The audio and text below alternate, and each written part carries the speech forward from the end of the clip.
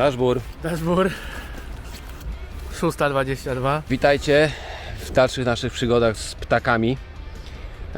No w tym roku troszeczkę nieszczęśliwie nagrywki wyszły, bo po pierwsze nie miałem operatora na pierwszych grzywaczach, na których byłem. Także nie są to najszczęśliwsze nagrania. Nie tak fajne jak w zeszłym roku, uważam, także nie jestem zadowolony.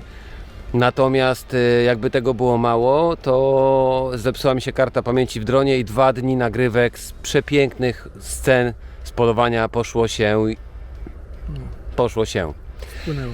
No, popłynęło. W kiblu swoją drogą, bo spuściłem w kiblu tę kartę ze złości. Elektrośmieci, dobra? Nie, żartuję, tak nie było. No i co, kochani, dzisiaj mamy kolejny dzień, dla nas ostatni, bo urlopy planujemy, a poza tym nagrzywacze, jak wiecie, poluje się zaraz na początku sezonu, a później to jest w ogóle bez sensu, więc dla mnie sezon mógłby tydzień trwać. Chociaż możemy się zaskoczyć, tu blisko miasta różnie bywa, nie? No ale dobra, w każdym razie jesteśmy dzisiaj. Wczoraj popolowaliśmy troszkę, fajnie było. Chili doznał jakiejś kontuzji dziwnej, nie wiem o co chodzi.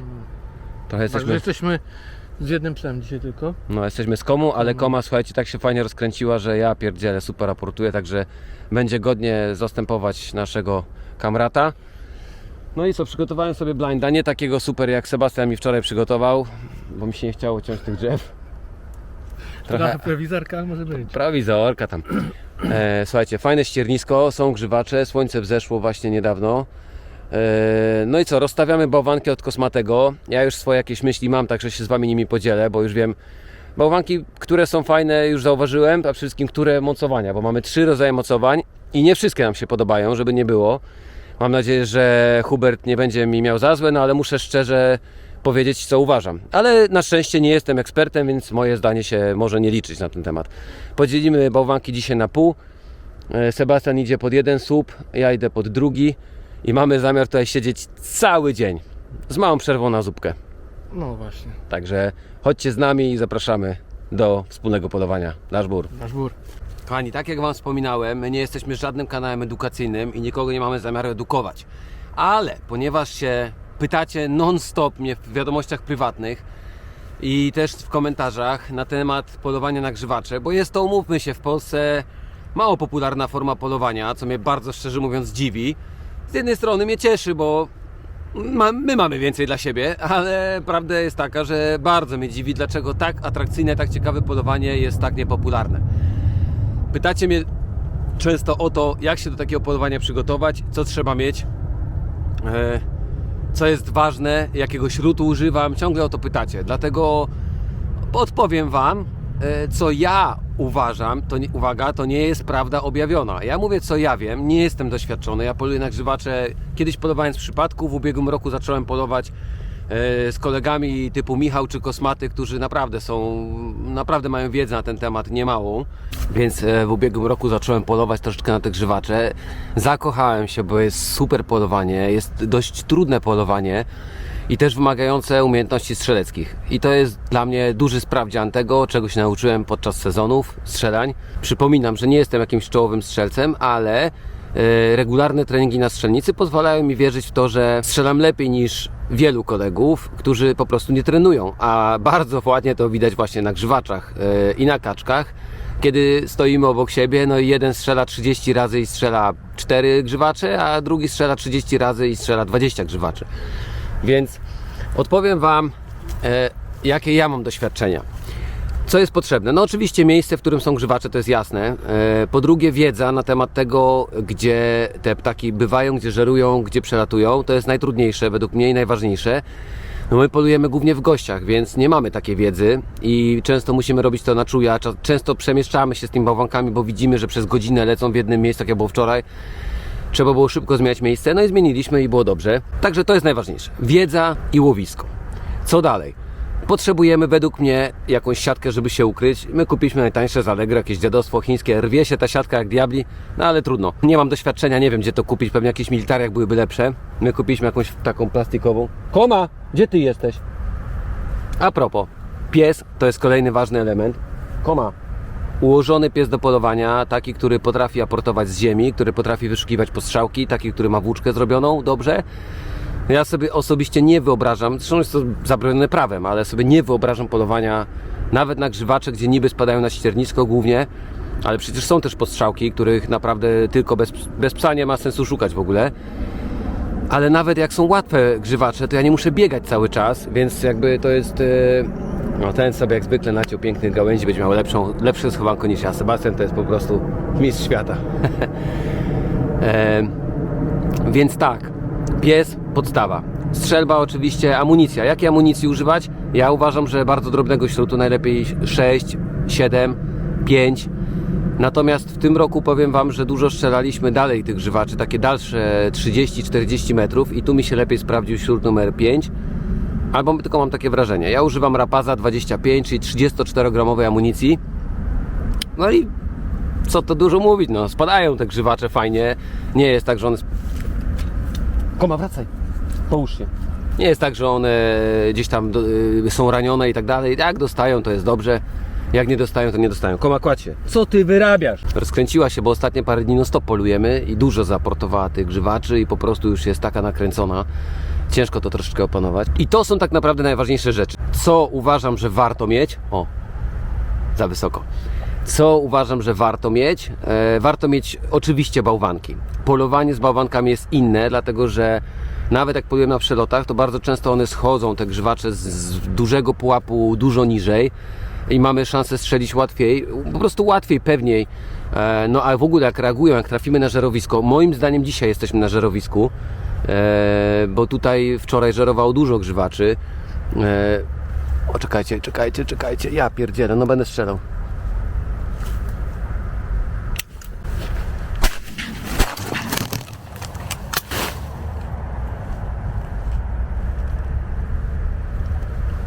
Pracę, Koma. Koma mi rozwaliła blinda. Co ty wyrabiasz? No i musiałaś mi to rozwalić, nie? Musiałaś po prostu. Pudło. Pierwsze pudło. Bo nie jestem skupiony. Dobra, nieważne. Po prostu spudłowałem, zdarza się. Więc na czym ja skończyłem? Czyli tak, jeszcze raz. Bałwanki, piękna sprawa. Jeżeli będziemy na żerowisku i będziemy mieli te bałwanki dobrze porozkładane, to jest szansa, że grzywacze nadlecą na bałwanki, a wtedy jest A, łatwiejszy strzał, B, pewniejszy, no i satysfakcja, że udało nam się przechytrzyć tego ptaka. Dobra, a w międzyczasie opowiem Wam o tych bałwankach od Kosmatego, które testowaliśmy. Oczywiście najwięcej muszli, ponieważ są najprostsze w transporcie. Można wiele muszli złączyć w jedną całość, w jedną paczuszkę. Bardzo fajnie, bardzo dobrze zrobione, realistycznie wyglądają, bardzo. Warto mieć też takie... Bardzo warto. Bardzo warto. Myślę, że warto. Fajnie to wygląda z góry, z drona bardzo ładnie było widać. Natomiast chciałbym, żebyście wiedzieli, znali moje spostrzeżenia odnośnie zaczepów. Dlatego, że mam tutaj 3 rodzaje od Kosmatego ze sprężynkami, takie blaszki i takie najprostsze na świecie po prostu plasticzki. Mój osobisty ranking wygląda następująco. Najprostsze w użyciu i najszybsze są te najprostsze. Bardzo fajnie one działają. Bardzo są sztywne, leciutkie, się po prostu wbija, cyk i zaczepiamy stróżującego albo zaczepiamy w drugą dziurkę i jest żerujący. To jest numer 2. Dlatego, że absolutnie najlepiej działały te blaszki. Te blaszki, niepozornie wyglądające, są genialne. One są troszeczkę trudniejsze w montażu, dlatego, że je trzeba przełożyć przez jedną i drugą dziurę.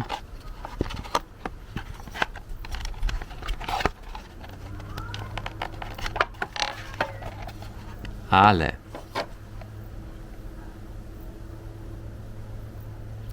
cała ich tajemnica polega na tym, że pięknie poruszają nam bałwankiem, imitując ruch. Nawet delikatny wiaterek to powoduje. I teoretycznie dokładnie ten sam efekt powinniśmy osiągnąć stosując te sprężyny. Natomiast moje doświadczenie jest takie, że te sprężyny są za miękkie.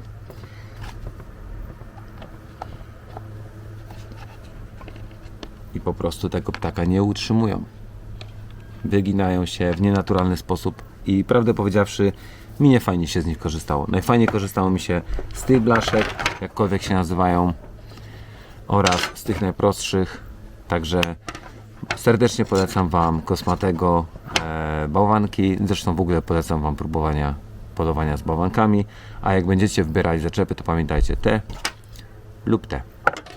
Nasz gór. Kolejna rzecz, którą uważam, że trzeba mieć, to jest siedzonko, bo to polowanie trwa często wiele godzin. Siedzenie, wczoraj Sebastian nie miał nogi, myślałem, że mu odpadną, mimo że jest wysportowanym młodym gościem.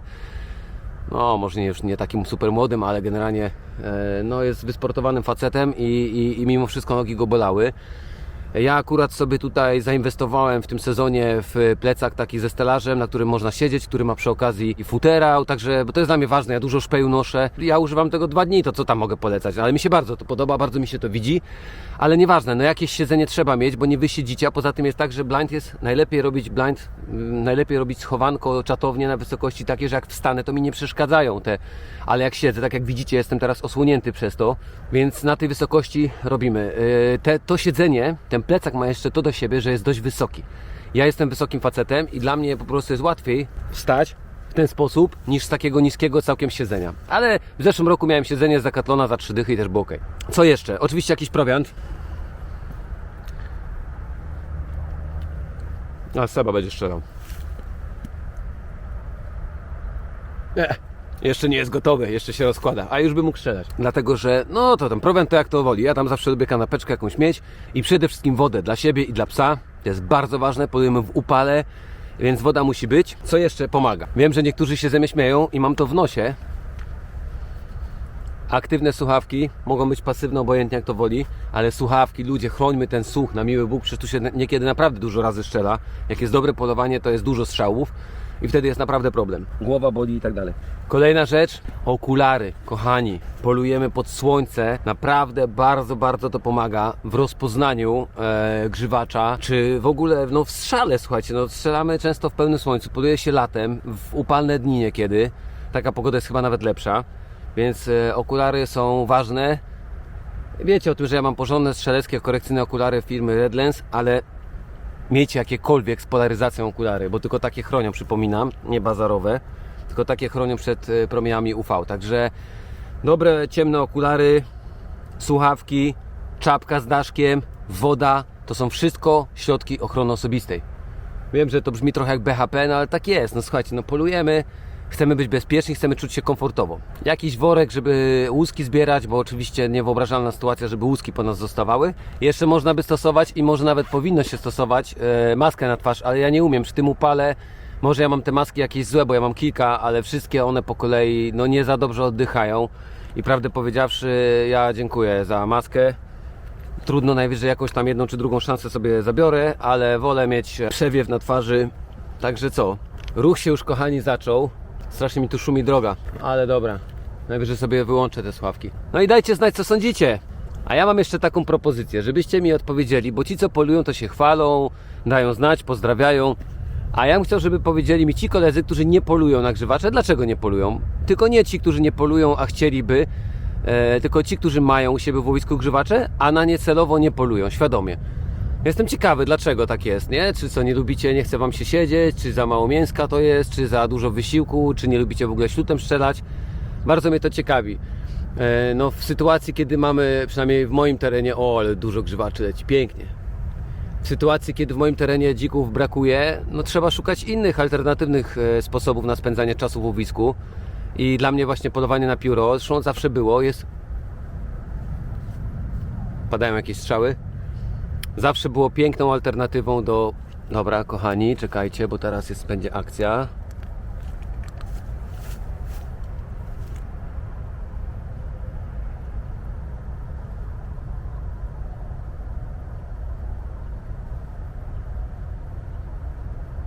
No, ale mi na bałwanki wracają. Spadł. Koma! Jezus Maria! Kanapkę mi rozwaliła małpa. Patrzcie, gdzie mi spadł. Koma, do mnie! Dawaj aport, aport! Niech cię kule biją. No dawaj aport, dawaj! No i co, nie masz którędy przechodzić, nie? I o to chodzi. Tak, i zjedz mi jeszcze kanapkę, no pewnie.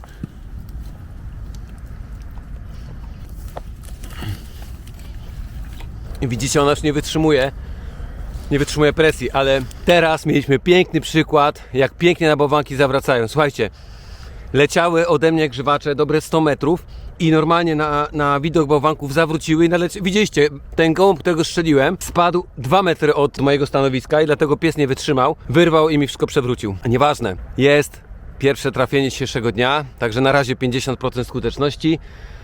Myślę, że będzie lepsza skuteczność, bo ja sobie będę strzelał spokojnie nad tymi bałwankami. Jest dobrze, kochani. Dashbur, wszystkiego dobrego.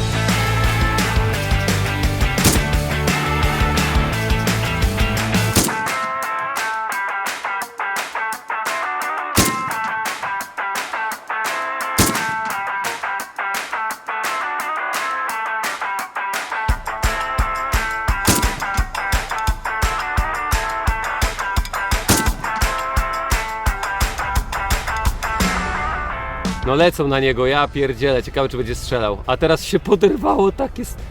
Jezu. Dobra, lecą. Ale będę strzelał, 100% będę strzelał zaraz. Mam nadzieję, że koma mi nie zerwie, spokój ma być.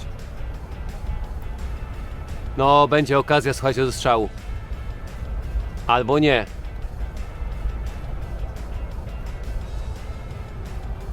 O cholera. Dobra, tego ostatniego spróbuję. Jest! Ale mnie słońce oślepiło. Słuchajcie, jest, ale spadł. Ale poleciał, słuchajcie, dostał i poleciał ze 100 metrów. Podejrzewam, że dostał na płuca.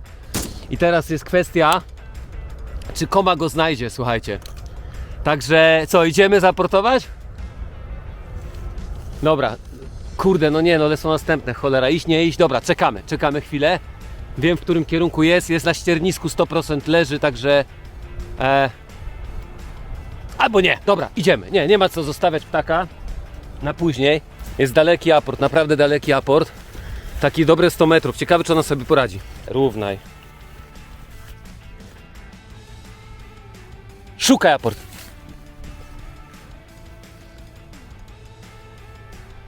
No powiem wam, jak jego znajdzie, to będę w szoku. Na razie piękny poszuk. Dobry kierunek ma, ten, który pokazałem. Ale jest jeszcze dużo za blisko. Dalej! Już jest, myślę, wcale nie tak daleko. Dalej!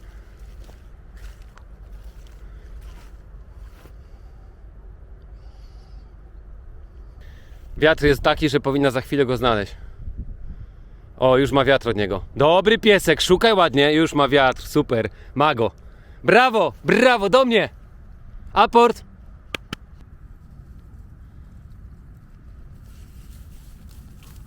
Brawo, piesku.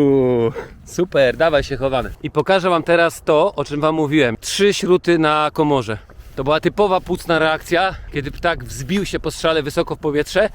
No i te 100 metrów odleciał, może 80. Także zawsze po strzale, zwróćcie uwagę, strzeliłem tylko raz. I po strzale cały czas obserwowałem ptaka, żeby nie robić takiej sytuacji, że strzelacie i skupiacie się na następnym, a tamten gdzieś tam spada i nawet nie wiedzieliście o tym. O, Sebastian strzela, pudłuje. Seba! Ogarniaj. Połóż się, brawo. Zawsze z psa duma wielka, jak coś uda. Słuchajcie, Sebastian ma kamerę na czole i mam wielką nadzieję, że nagrał teraz przepiękną sytuację myśliwską. Dlatego, że 2 grzywacze zrobiły ze 3 kółka wokół niego i wylądowały mu na bałwankach i strzelał tuż nad bałwankami i zrobił dubleta. Serdecznie Ci, Sebastian, gratuluję, to po pierwsze, a po drugie właśnie to jest to, po co używamy bałwanków. Także kosmaty, rewelacja, działają bałwanki, jest super i wcale nie ma ich dużo. Sebastian ma gdzieś około 10 bałwanków. Także słuchajcie, zadzwonię do niego i zapytam, czy nagrał. Ale sytuacja super, naprawdę. Fajnie się to obserwowało, bo reakcja była cudowna. Po prostu 2 kółeczka, idealne lądowanie, powoli. Powiedz mi, że nagrałeś tego dubleta. Nie nagrałem, Dlaczego? ale...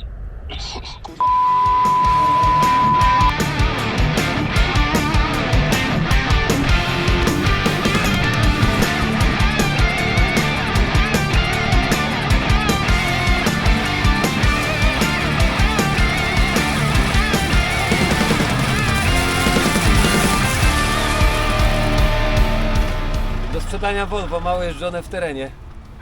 Właśnie widzę. No to fajnie. Dobra, panie kolego, mała przerwa, nic nie lata, nie? Nic kompletnie. Patrz, Zero. a jak nie lata? No jak żywa? No to teraz leci. Jeden specjalnie dla Ciebie przyleciał. A byłem zobaczyć tam Mariusza i cały czas tam latają. Tam na tych dębach. No bo tam są przeloty mają, a tutaj... Dobra, kanapulce, panie kolego. Czarna, bo nie chciałem się zakładać. To dobrze, bo nie chcę, lubię sklepy. Dziękuję. Ale żeby dostać coś słodkiego, musisz normalną bułkę zjeść. Ja jadłem. Tak? A ja jestem głodny.